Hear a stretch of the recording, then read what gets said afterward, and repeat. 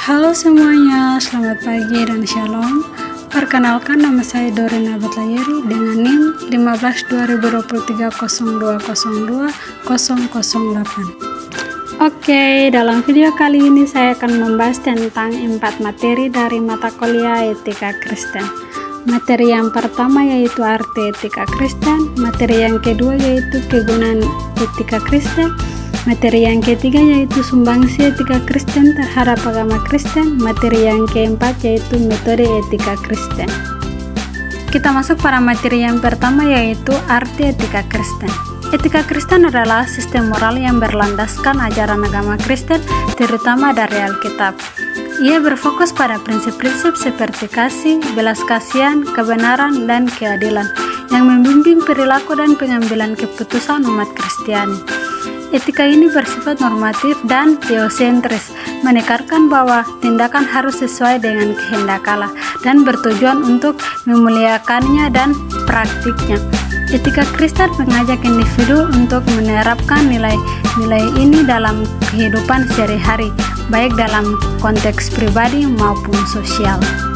Kita masuk dalam materi yang kedua yaitu kegunaan etika Kristen. Etika Kristen memiliki berbagai kegunaan penting dalam kehidupan sehari-hari.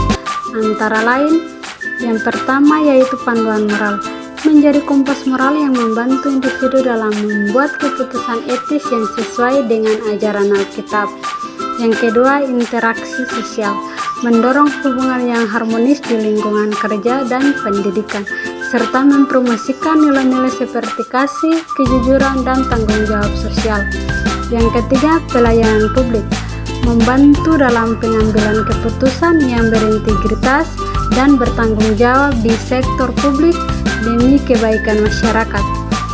Yang keempat, transformasi karakter, mengajarkan individu untuk hidup sesuai dengan kehendak Allah, menciptakan dampak positif dalam berbagai aspek kehidupan.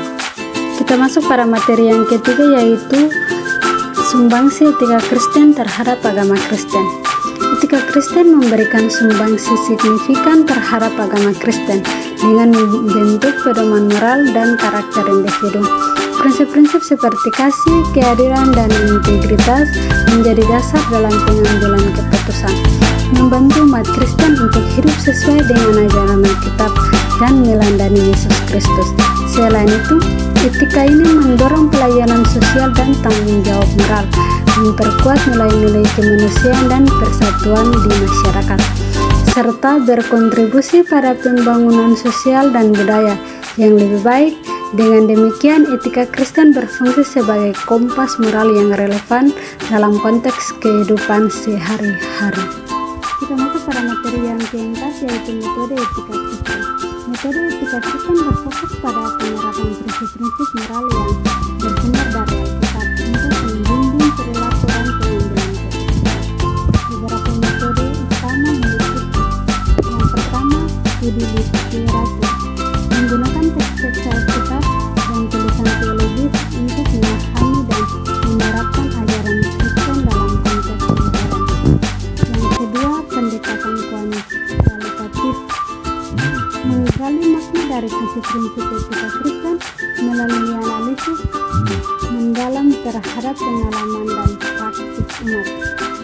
Yang ketiga, prinsip kasih, menekankan tindakan nyata dalam mengasihi sesama, inti dari etika Kristen berdasarkan Matius 22 ayat 37-40. Yang keempat, penerapan praktik, mendorong individu untuk menerapkan nilai-nilai Kristen dalam kehidupan sehari-hari, termasuk dalam interaksi sosial dan pelayanan sosial.